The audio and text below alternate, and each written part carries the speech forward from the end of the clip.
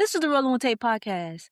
I'm your host, Tasia, aka Tay, and my guest on today's episode is Michelle Houston, who is an Atlas World Record holder, the first documented two-time brain aneurysm survivor to complete a sprint triathlon for the very first time at the age of 64.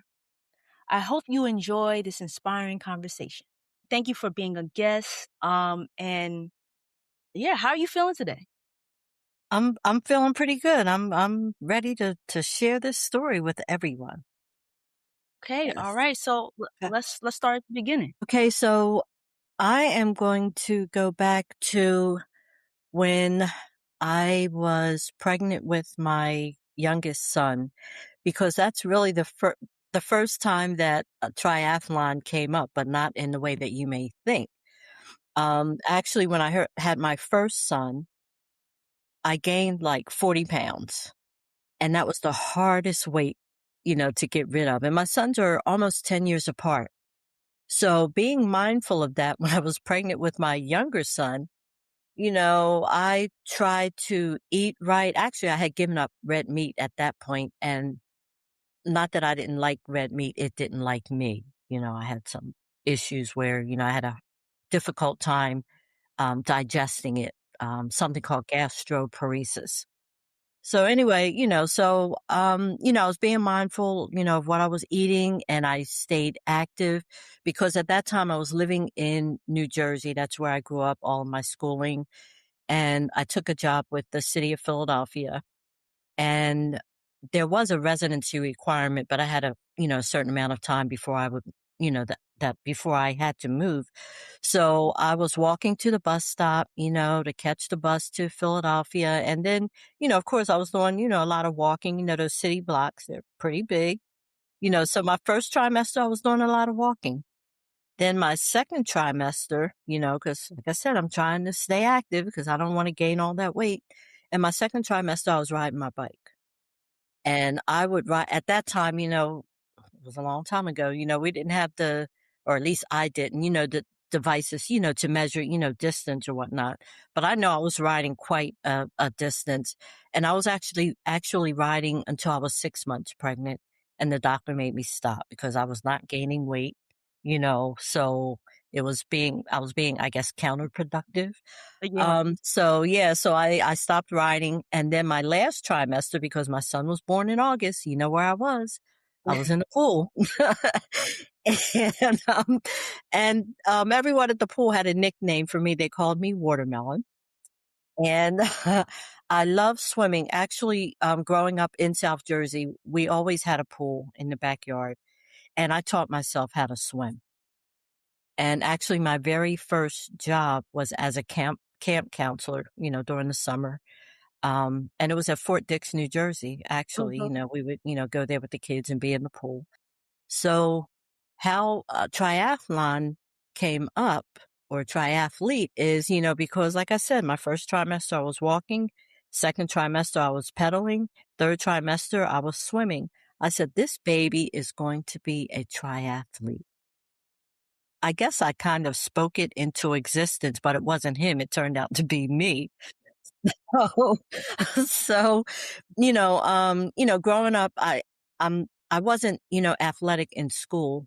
But I would call myself like a tomboy because I would play with my male cousin, um, more so than my sister because we were like 5 years apart. She didn't want her little sister around, but my male cousin, who was the same age as her, we would go ride bikes, play cowboys and Indians and all of that stuff. So I was, a little adventurous growing up.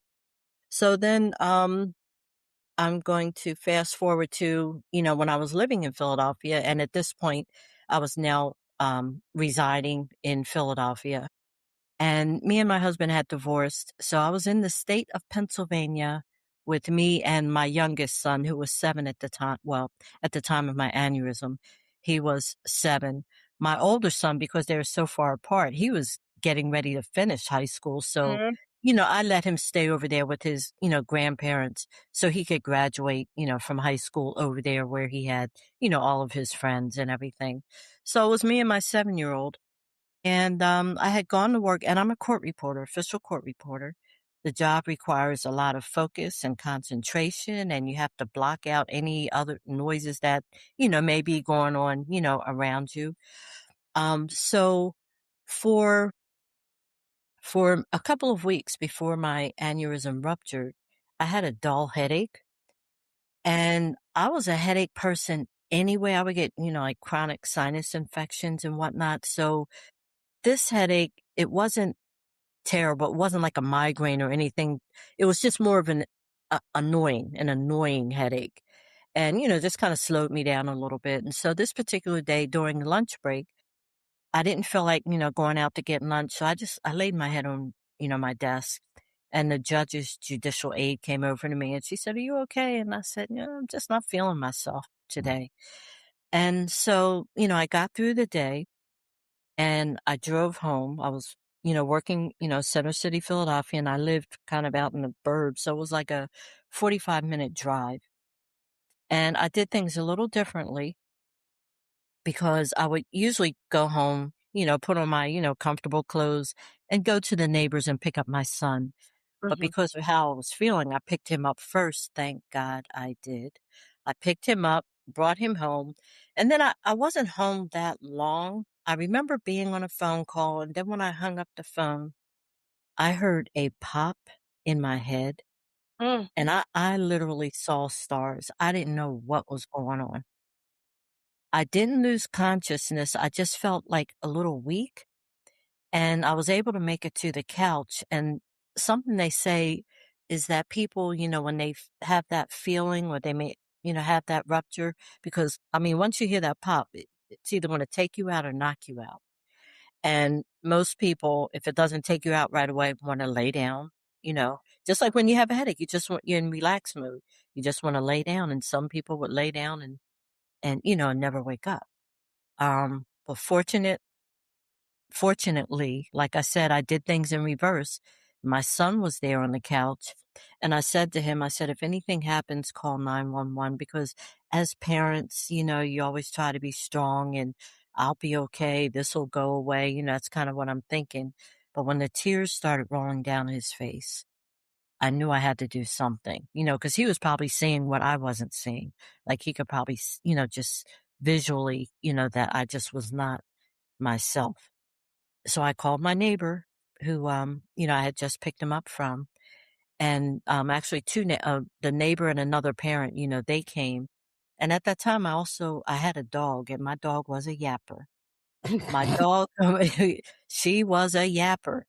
And she didn't know my neighbors. They had never been in my house. But when they came, and this is something I realized later when I was recovering, I said, "Brownie didn't bark."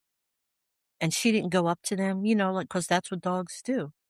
It's as if she knew her human needed help, and she did not get in the way of that. So my neighbors took me to the neighborhood hospital, which was maybe like a block and a half. And, you know, because I said, my head hurt, they dropped me off and, I checked in, but I neglected to say that I heard a pop. Had I said I heard a pop, they likely would have triaged me, like, right away. And, I sat there like everyone else. I don't remember, because it's been quite some time. It's been actually June 5th was 28 years. And I don't know how long I sat there, but eventually, they called me and they took me in. Well, they took me in the back, but the exam room wasn't ready, yet. So they had me in the hallway, and if you've ever had a bad headache or a migraine or, you don't want bright lights. You wanna, like, Yeah, dark yeah. or cover. So, I don't know. I still had my wits about me at the time because I'm laying there in the hallway with this bright light, and I put the sheet over my head, but then I thought better of it, and I said,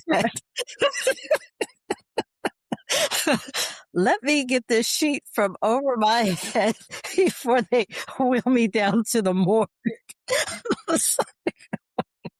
So, Oh my goodness. So, eventually, they took me into the exam room. The doctor, he came in and asked me how I was feeling. Again, I did not mention the pop. So he gave me a shot of Demerol in my thigh, as if he was treating me for a migraine. And he said, okay, I'm going to come back, in a little bit and check on you and see how you're feeling.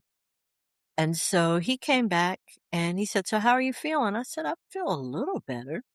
He said, okay, we're sending you home. I said, but how come when I massage my temples, it's extremely tender? Mhm, He mhm. said, we're doing a CAT scan because apparently there was blood there, you know?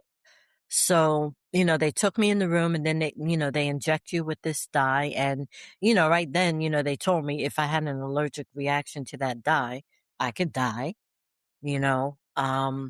So I'm in this room, it's dark and there were a lot of people in there. It just seemed like crowded in this room.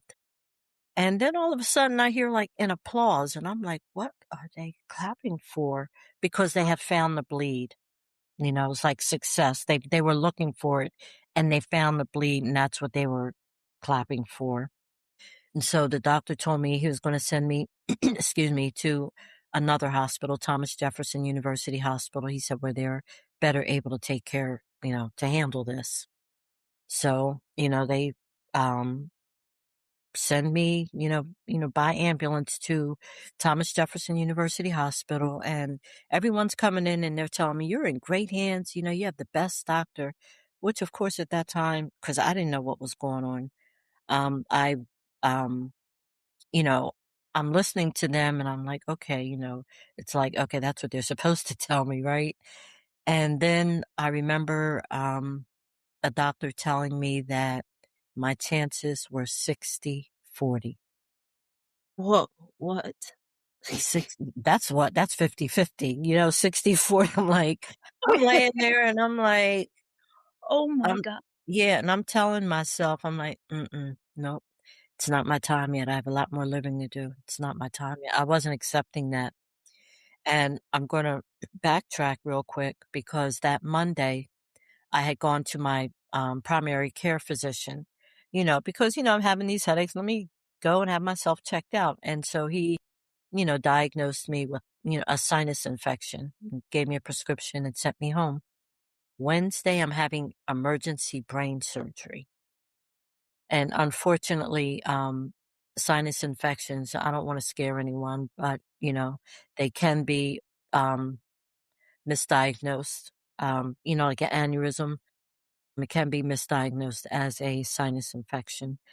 Excuse me. So, going back to, the 60-40 and then, my neurosurgeon or, cause there was a team of them, but the main one, he came and he introduced himself and, he wasn't, too tall and I remember he had like a, one of those big, mustaches, like the kind of, like twirl up at the sides, if that makes Mhm, sense, mhm. like, Yeah, I could picture and that. so yeah, so, so he introduces himself and, we go in there and, I have my surgery and I woke up eventually, of course, not in the operating room, but, I'm like, okay, okay, I got through surgery and my surgery, was like 7.5 hours. And so then I'm in ICU. I was in ICU for almost a month. But when I did wake up and a doctor came in and this doctor, the doctor that I met that I told you about, the mustache, he was white, right? And, so the doctor that came in, after my surgery, checking on me, he was black, he was tall, and he was handsome. Mhm. Right? I'm not saying the other one wasn't, but it was just a contrast, so, um, so he's talking to me and I'm like, "Wow, wow, wow," like when he's talking, like, I'm like, Mhm. "Who are you?" Right? And I guess he could see the puzzled look on my face, and I mean, he had on a white coat, but, he said, "Oh, I'm doctor," because my doctor, I believe he had gone away on vacation. But I am glad that, he was there long enough to do, my surgery, Right. because I later found out that he's world renowned. He's a world renowned neurosurgeon.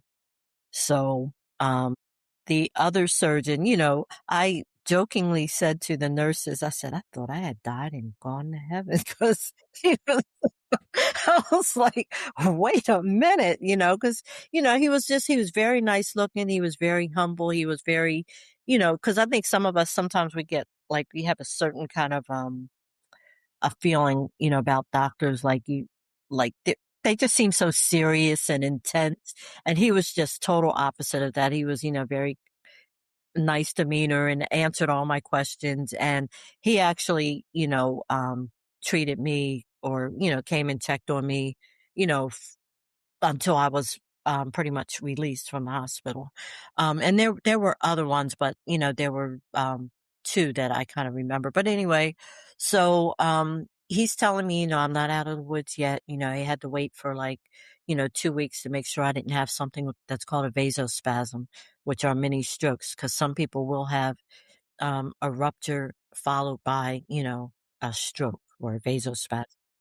And so I'm like, wow, so I just, tried to stay calm and not, stress over anything and get through that 2 weeks. And thankfully I got through, the 2 weeks. And, they brought oh, this is another thing because I had like 2 black eyes. My head was swollen. There were tubes coming out of my head with draining blood. So when they brought my son to see, especially the younger one, they tried to, wrap up my head and cover it as best they could so he wouldn't come there and like be shocked at, how I looked. And I also, when I was in a room with a mirror, I had him cover it up because I did not want to see myself like that. Yeah. Mm, So then, eventually, I go home and, I'm recovering. Oh, let me back up again. Because I was in Philadelphia, I was divorced. I was there with my 7-year-old. I didn't have any family in the state of Pennsylvania. mm, In order to do my surgery, they had to call my aunt who, helped raise me. She lived in New Jersey. Now, New Jersey is across the bridge, but still, it's not Pennsylvania, right? So they, were able to call her and, she said, well, ask her son. My oldest son was 17 at the time, so he couldn't, so she gave them, thankfully, the permission. And, so, I go home and I'm, recovering, just pretty much just relaxing, I guess you could say. And then, then I when my youngest son, graduated, from high school, I took a position here in Maryland for Circuit Court for Prince George's County as an official court reporter. Philadelphia served me well, but I'm suburban, so mm. yeah, I mean, it's a nice place to visit, and I go back often. I love to visit. I just, suburban girl. So, I came here and I, you know, my son is older, independent, and, I, stayed at court for like 5 years and then I left and then I went out on my own, as an independent contractor. And I actually transitioned from court reporter to captioner. I use the same equipment, except now I work with the deaf and hard of hearing. And I enjoy it because I can be anywhere. Mm, And and actually, when I was in court reporting school, it was a dream of mine to work on Capitol Hill as a legislative reporter. That didn't happen, but when I, became a captioner, because deaf people are everywhere, and it's not just deaf people that use captioning services. It could be and another common misconception is that all deaf people know sign language, and they don't, especially late deafened. And so, I got my clearance and, so I do a lot of work for the federal government and I've been probably every government agency you could possibly think of. And during the Biden administration, I had the opportunity. I've been to the White House like 4 times And that meant a lot to me because what a lot of people don't know is President Biden also was a two-time brain aneurysm survivor. Wow, I didn't know that. Yeah, a lot of people don't know that. I mean, it was a long time ago. Mine was 28 years ago, and I think his was like 10 years before mine. I didn't get to meet him personally, but we were in close proximity to each other, but it just meant a lot for me. I mean, who would have thought, like, okay, my chances are 60-40. I'm getting ready to go in here and have this brain surgery. And then, what, 20 some odd years later, I'm at the White House with the President of the United States, Right. who also is a two-time brain aneurysm survivor. That is, like, amazing. And I've been, to Capitol Hill, I took um, a number of hearings there. And, so that was something like I try to help inspire people because you never know, you know, what, something that may happen to you, how things may develop in the future, how things may turn out to go from being in that hospital room or operating room, chances 60-40 to the White House. And I'm like, okay, that's a career high for me. And I'm like, okay, where do you go from there? Because I've been to Disney World, So, but now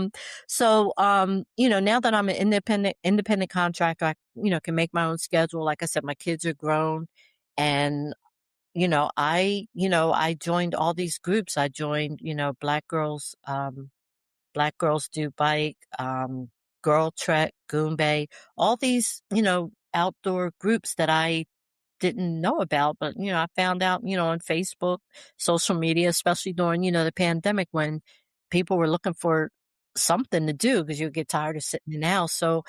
Um, so one of the members um, of Girl Trek, she knew that I liked all three disciplines. Well, I can't say I'm really a big fan of running, but Mhm. the walking, the I mean, if a dog was running after me, yes, I would run. But so she brought it to my attention. Oh, there's, this triathlon that's, you know, happening. And, I did my research and I'm like, oh, Philadelphia, that's a comfort zone for me because I used to live there and it was in a pool because I think I had thought about triathlons in the past, but not likely in open water, so I'm thinking, okay, yeah, I'm a swimmer. I've been swimming all my life. I can do this. I can do this. I posted it on Facebook and everything. And, so I had like 3 weeks to train because I found out last minute. And, I went online and I, checked into all these different, triathlon groups, triathlons for women, all these tips. And it was very helpful. And then what I did, because at that time I also was a water fitness instructor, hiatus right now, but I was in the water like 4 hours a week, and that's the best all over, like, exercise. And so I was working on my endurance because like I said, I can do all three disciplines. So I would just, go out there and, my bike and swimming some laps and running, and I have my son out there, helping me. And the day of came and, you get in the water according to where you think you are, your level or, yeah, your level, whatever. And Yeah. so I didn't get in the front, so I, like maybe somewhere in the middle. And I get in there and I am getting kicked, bumped, Uh, everything. and And I'm used to when I swim, at a gym, I'm in the lane by myself, it's just nice and, and I don't know why I'm doing the motion as if you can see me, like, nice right. and Yeah. calm. I But know what you then in this water, and then all of a sudden I started pushing and kicking back. I was like, and of course it exerts more energy because I'm like, get all that water. And so I get to the end of the lane because it's a 300-meter, swim, which in, Olympic pools, 3 laps. I get to the end and I'm like, I can't do this. And then I thought about it and I was like, you posted this on Facebook. You have to keep you gotta do it. You that, that you was got my incentive. I said, "Oh no, I got to keep going," and I did. I got through the pool, and then I hopped on my bike, and it was like had to be like around 90 degrees. But the good thing is, you're wet when you get out. I mean, you have to change your shoes, and I got some tips about that too, putting a lot of powder in your sneakers so you can do that transition quickly. Hopped on my bike and it felt so good because you're damp and you're riding and, like what, 2 minutes you dry. So, so I did the bike ride. That was 9 miles. Excuse me. And, then when I get almost to the end, it's all uphill. Most of it is flat until the very end, right before the finish line. It's uphill. And I had to dismount because I couldn't. I gave it everything I got. I had to dismount to get up that hill. And my son, who doesn't normally like taking pictures, I don't Huh. know where he came from, but he came. I'm trying to breathe, push the bike up the hill, and he puts the phone in my face and he said, "Mom, you want to say something to your fans?" I s- of all times, right? And I said, "Get that thing out of my face." I just kind of swatted him away. And I got up, close to the finish line, got back on, went across the finish line, and then you go and put your bike back on the rack. And then that's when you do your walk, jog, crawl, whatever it takes. And it was hot out there, but there are people out there cheering you on. Even people that don't know you, they would call your number, come on. And that was helpful, And I would like, the intermittent, I would jog, walk, jog, walk, jog, because I'm not a runner like Yeah. um, but I crossed that finish line, and that was the best feeling in the world. I can other than, of course, having my children, it was such a good feeling, and I kinda, like, just, like, fell right into my son's arms, but my god, and I finished in under 2 hours, What? and, yeah, under 2 hours, and I didn't finish first, I didn't finish last, but I finished. That's all And I'm I've yeah, that true, true, and something I understand most people who do triathlons, swimming is the most challenging, or they have to take swimming lessons, to participate. Like I said, I'm a swimmer. I didn't have like a coach, like for certain techniques. I'm sure there's certain breathing strategies and things that I could have benefited from. I even had a swim coach tell me, he said, I wouldn't do a triathlon. But when I hear from other people like, wow, you did that. And it was a sprint triathlon, but it's still challenging Right. even, and after I did it and I was thinking, I wonder if any other brain aneurysm survivors have done it. Mhm. And from my research, there's two women who have done them, and I kept doing my research, and actually it was Chat GPT that told me that I was the only two-time brain aneurysm survivor, male Mm. or female, to do one. And then I reached out, and I actually reached out to, I'm not gonna say their name, the most famous globally world record verifier, but they wanted to categorize me as impaired, and I'm not impaired. And so I was thinking then, like, "Oh, I guess, I won't ever be able to, get a record, certified." And then me not giving up, I'm still on, researching, and someone said on Reddit said that they got certified through Atlas World Records. So let me check out Atlas World Records. And I went there and I found them, and they they needed, of course, verification from my neurosurgeon, for the dates and the surgery. And, they did their research, and I'm sure they have access to a lot more than, I do. And they were able to confirm that, I was the first, documented, you know, two-time brain aneurysm survivor to complete a triathlon. And, yeah, and then I got my, certificate, and yeah, Wow. so Congratulations. Oh my gosh. Let me thank tell you. you. First of all, I know you couldn't see me, but I closed my eyes when you said the pop, and I, like, Yeah, my head because I can't even imagine. I don't I just can't. yeah. Um, and that you went through that twice, you know the second time not as severe as the first, but I mean, 2 times.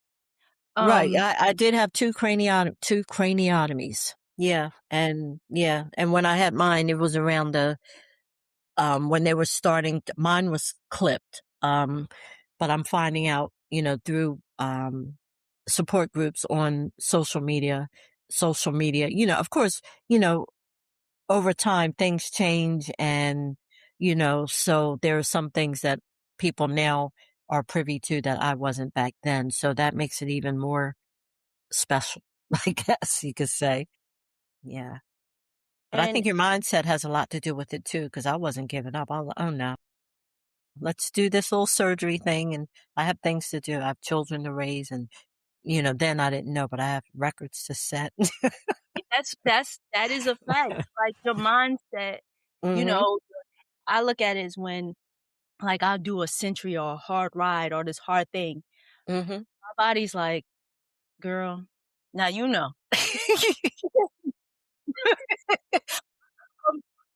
I mentioned to you just earlier, my bike ride to Philadelphia, and, like, the last couple miles, I was done. Like, my behind hurt, my feet hurt, I was hungry. It was so bad, but my mindset was like, "Just keep going." Like, it was just, Hmm. "Keep going, keep going, keep going." It's easy, to stop, but keep going, Right. and I look at that as, you said, "No, I'm meant to be here," right? You Right. you look at Right. some people who, like, I look at, like, maybe some older people who, Hmm. once they break a hip or, break a limb and they're not as mobile, like, they go downhill from there, you know? And it's Hmm. like, Yep. unless you know, unless you're like, "You know what? Nope. I'm gonna go to rehab. I'm gonna do this. I'm gonna do that." Your Hmm. mind can, like, literally just say, you're done now." Right. You Right. Right. It yeah, that was the thing with the triathlon, because usually when people work out, you usually see them with the earbuds, whatever. For the triathlon, I could not have the music, so that's another thing. I was like praying. I need some water, but yeah, yeah, it's a lot. Your mindset has a lot to do with it, to help you get through those events. yeah, yeah. Speaking of praying, I was doing a lot of that on that bike too. I was like, it's just me and you, Jesus. That's all I need, right? I was I was thinking to myself, like, "Why did I wanna do this? I put myself through this." And sometimes you wonder, am I the only one that thinks this way now? Like you're sharing with me. I'm like, why did I? Why? And I was 64 when I did it. Um, I was, I think at my best, because I was, being active. And even my son, he said I motivated him, my oldest son, because he was diagnosed with, diabetic. I forget, the numbers. I'm not going to remember, like the technical part, but he said, I inspired him. And, he said when he was talking to the doc, or when she was talking to him, he said it seemed like she was talking to him like he wasn't going to listen or follow Hmm, directions. Cause as you know, some people are just pill poppers. Just give me a pill to, whatever. And, but he put in the work, and he's not a diabetic anymore. He reversed his, diagnosis, and he thanked me. And, and to be, my age, and to inspire, my son, that's a big thing. I'm like, wow. She was looking at me and what I was doing, and he put in the work, and yeah, yeah. and like I said, you inspire me, like, Oh. you had never met in person, but I but just from talking to you Mhm. and, um, seeing your story and hearing your story, and it's inspiring. Like, and you didn't let anything stop you, you know? Right. And that is, like, that's really inspirational. Like, "Okay, I'm not gonna let what happened to me in the past stop me. I'm gonna move forward. I'm not gonna let my age stop me, which is Mhm. really important to me. Like I mentioned, I'm 42, Mhm. yet to learn or feel confident in a pool to swim, but I will one day. It may Yeah. take me 40 years, No, may it won't. don't know how long it's gonna take me, but I that's one thing that I will accomplish before I leave this earth. And I have heard about, the triathlons and the triathletes kicking you Mhm. in the face in that water. I have heard that. But you also heard that I started kicking back, right? Yeah, yeah, yeah. That's what you heard, I guess. Yeah.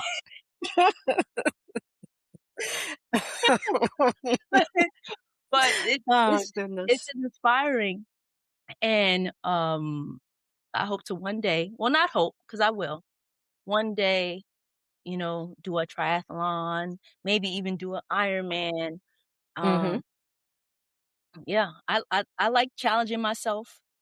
I like I'm not a big runner either, but I ran my first half marathon this year, Mm. and I'm like and it's probably my last one, but You did it, right? I did it.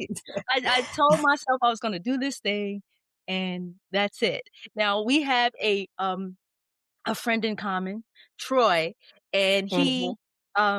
I interviewed him late last year, and he was telling me about the Empire State Building run up, a race, and I was like, that's interesting.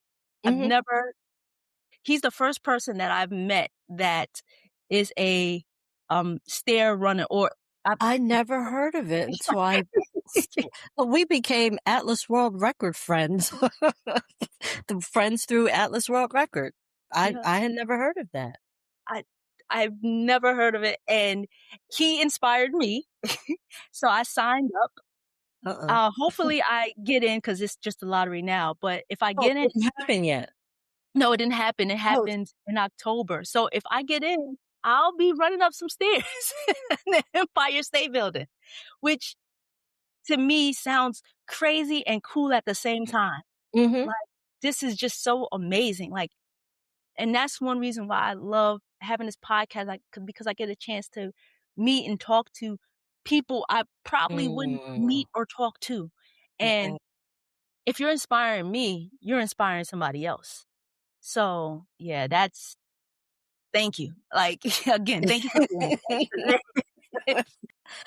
I'm just doing what I'm able to do, and, and I've had people tell me that I inspire them, and I'm like, "Okay."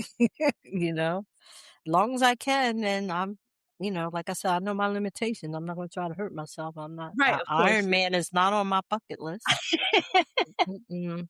Maybe if I was younger and I was doing something like this, but Yeah. no, not now. I don't feel like I need to prove myself to anyone, Mhm. but to myself, and like I said, I was so proud that I did that one. I did another one the next last year.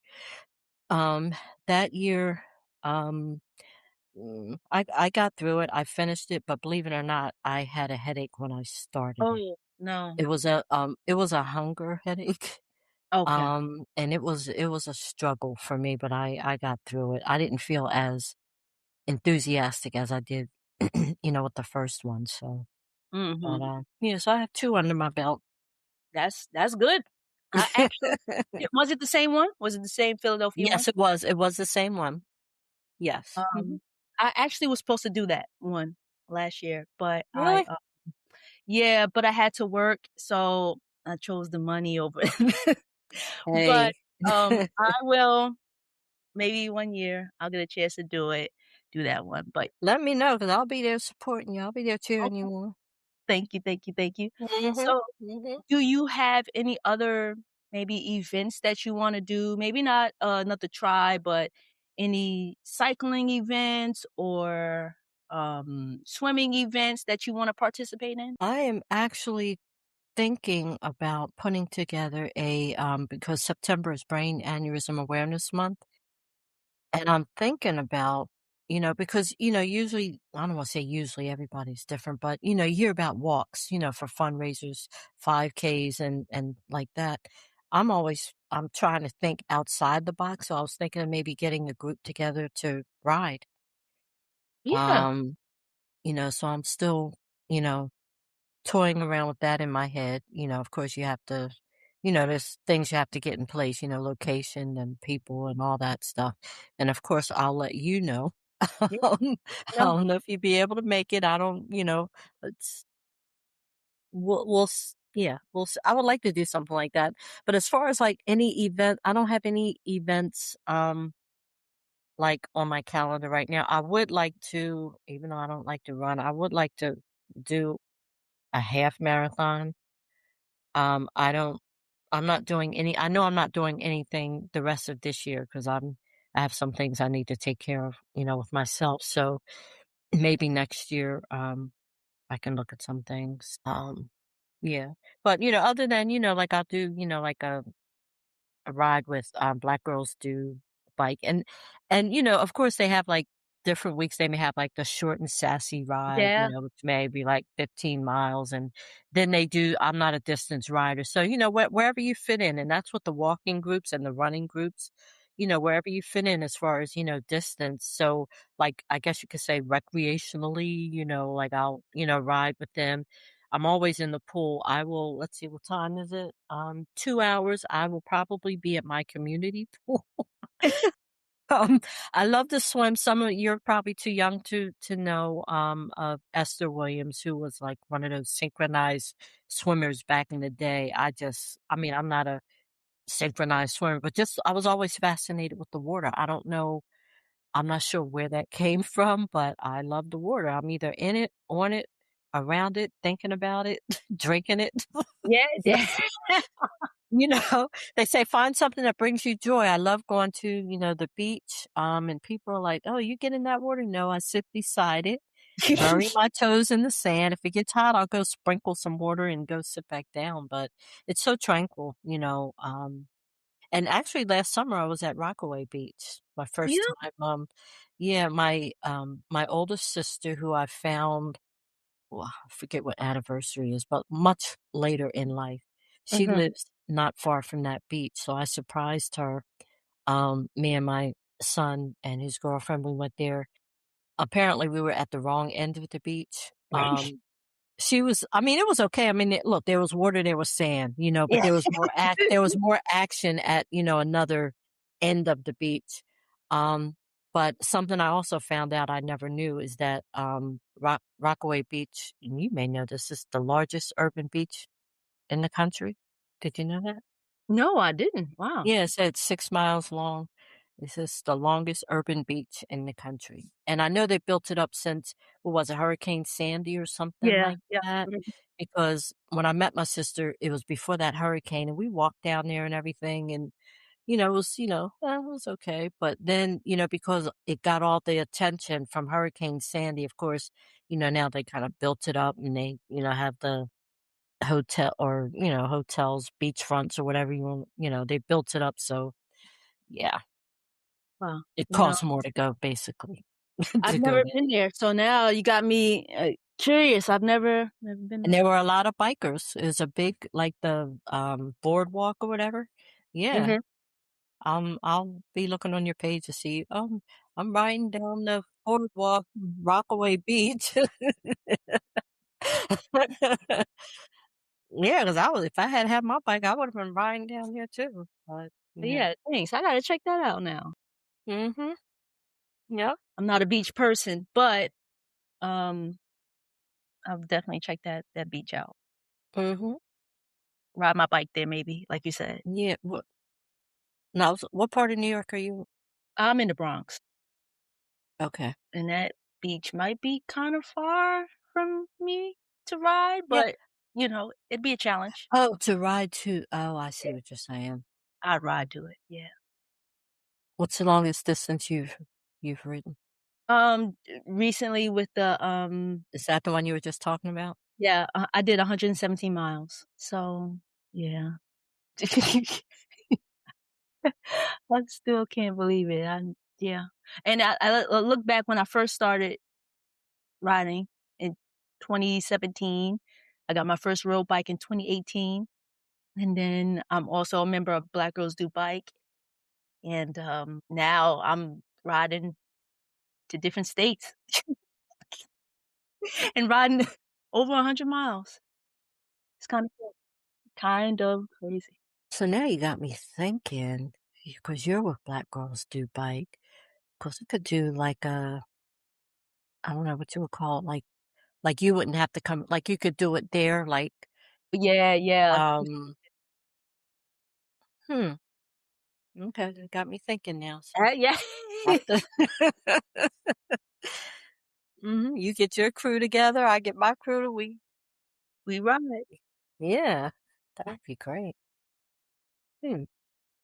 And you mentioned before that there was something you went to, you mentioned that Up right Capitol before we Hill? started I think it was you spoke about Capitol Hill and that you lobbied, you did something. Oh, we do it, well, I'm not able to go every year, but, yeah, this past Wednesday Yeah, with yeah. the B Foundation for Brain Aneurysm Prevention. We come from all over the country, and we go to Capitol Hill, and they pair us up with, because I was with others, survivors from, it could be survivors and family members. So I was there with, Maryland. All of us were from Maryland, and so we go and we speak to the senator, representatives of our state, and we go in there and we share our stories. And I think I said it earlier. And sometimes that's like the only opportunity to hear stories from, other survivors, and we're all different. And that's something that I left out, which is probably pretty important, is that when the doctor told me my chances were 60-40, he said of the 60% who survive, 70% have neurological deficits. So I'm in the minority. I have no neurological deficits. And the group that I went to Capitol Hill with, I believe it was just me and one other woman who had no neurological deficits. Because some it could be, a number of things. A few of the ladies that were there, like memory. One lady, she was in a wheelchair, and so and I'll share another thing. When I was working in court, my supervisor had assigned me to, when you tell people you work in court, I think the first thing people think of is criminal court. They don't necessarily think of medical malpractice, family court, that other stuff. But anyway, my supervisor had assigned me to a medical malpractice case where a woman had a TBI, traumatic brain injury. And so I'm thinking, am I going to be able to do that, without getting emotional? And I mean, this was years later, but still there are things that trigger me, because sometimes I can talk about it, like we're talking now, and other times I get choked up and, emotional. So I go in there, to take this case. And then during a break, one of the attorneys, pulled me to the side, and he said, "You didn't seem fazed by any of the terminology," because lawyers can tell when they have a court reporter who's new, and green versus somebody, who may be experienced. And I don't think I caused him any concern, because, well, what I told him was, I said, "I don't tell a lot of people this." I said, "But I'm a two-time brain aneurysm survivor, and I'm familiar with the terminology." And, um, there's a stigma that comes with, as I'm sure you know, with anything brain related, Mhm. depression, Yep. anything like that. People kind of look at you like, so of course I'm not going to go, you know, especially being in the legal profession. Oh yeah, I'm a brain aneurysm survivor. Next, like, I even had a doctor, um, and some of my doctors, because they know I don't have any neurological deficits, they'll ask me, "Oh, so how did you feel?" and blah blah blah. Because they're curious. That's their profession. And because I am one of the few, who had no neurological deficits, they can get some answers from me because most people, unfortunately, you know, don't, aren't in my position. But, I'll share that, with them, and this particular doctor and I was telling her, that, I was a brain aneurysm survivor, and, she looked at me, like, differently. It wasn't like other doctors, and she said, "I have one too, but don't tell anybody." Wow. And I said, "I won't."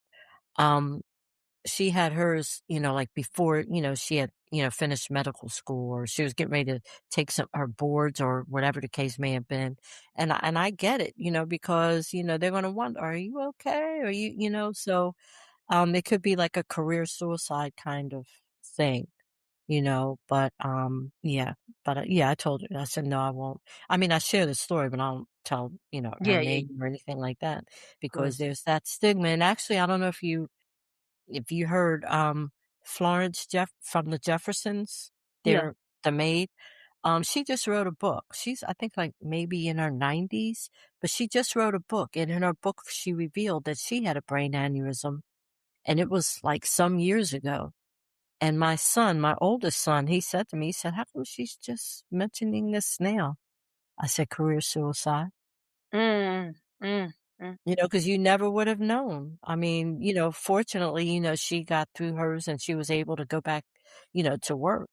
But sometimes you let people know and, they, Look at you differently. look at you to action. Absolutely. Yeah. So, I yeah. think Quincy Jones, I think I heard he had one. Quincy Jones had one. Yeah, he had to stop playing the trumpet. Mm, Yep. mm, yeah. And Jamie Foxx, he didn't have a brain aneurysm. He had a brain bleed. There could be, different causes, for bleeds, and I'm not 100% sure, what, his situation was, but my son did tell me, because I think it's a natural reaction, especially somebody who's sort of familiar with it. When you hear of a brain bleed, they, think it's an aneurysm, and it could be something else, so when he had his special, it was, a comedy, but, and he talked about, his, experience, and I had my younger son watch it with me, and there were a lot of similarities, with, the process, and, Jamie Foxx, like, he had some humor in there, and then there were, some, emotions and, teared up and stuff, but, I could totally, relate to it. Yeah. You are blessed. That's all I I could. Yeah, he keeps on blessing me. That's what I'm like, I'm still here for a reason. That's why I That's try to, right.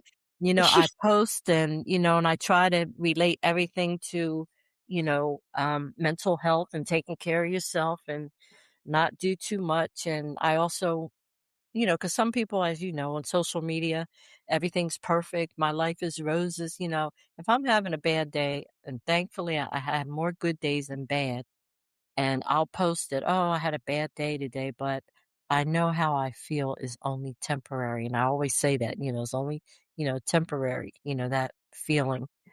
And usually, try to find your happy place. And for me, it's the beach, the pool. I don't know, just does something to me, just makes me feel good. So, yeah. But yeah, I'm same way. We do have these bad moments but Mhm. now it's like, okay, I move on and do something that brings me joy, whether it's building a Lego set, whether it's riding my bike, whether Mhm. it's hanging out with friends or taking a walk with my mom. It's something that is going to bring that joy back and try to change that mood, and you're absolutely Mhm. right. I tell people about the stress. I try to limit stress is inevitable, but I think it's the dwelling over it to the actual stressing over, things that we can't control. Right. Right, right. For me, that's just like so. Mhm. Yes, And they say even, like, helping others can help you take your mind off of, what may be bothering you. It's a good feeling when you can help someone else, you know? definitely. And I could say with this podcast, you have helped me. You Aw. I do like, I think I enjoy having conversations, and I enjoy having a conversation that feels like a conversation and not an interview, and like someone Yeah. who I would just talk to on a regular, so I really appreciate that, and I'm glad that, you know, that's what this was for me. Um, so yeah, I'm thankful, and, before we wrap up, is there any final words you would like to part with? I just want people to, find what makes them happy. I know, these can be some very stressful times, but there has to be something out there, that would make you happy. And just realize, if you're in a bad place or, you're feeling down, it's only temporary. There'll be better days and, just keep pushing and even exercise. You don't have to go to the gym and lift weights. Something as simple as, going out your door and taking a short walk or, go sit at a park. Sometimes just, sitting, being alone with yourself that's okay too. Yeah. Yeah, I agree. Mhm. Yeah. Thank you again for being a guest. I really enjoyed the conversation, and I know others So did will as well. I. This is the Rolling with Tay podcast. I'm your host, Tasia, aka Tay. Thanks for listening, watching. Don't forget to like, comment, and subscribe, and I will see you on the next one. Peace.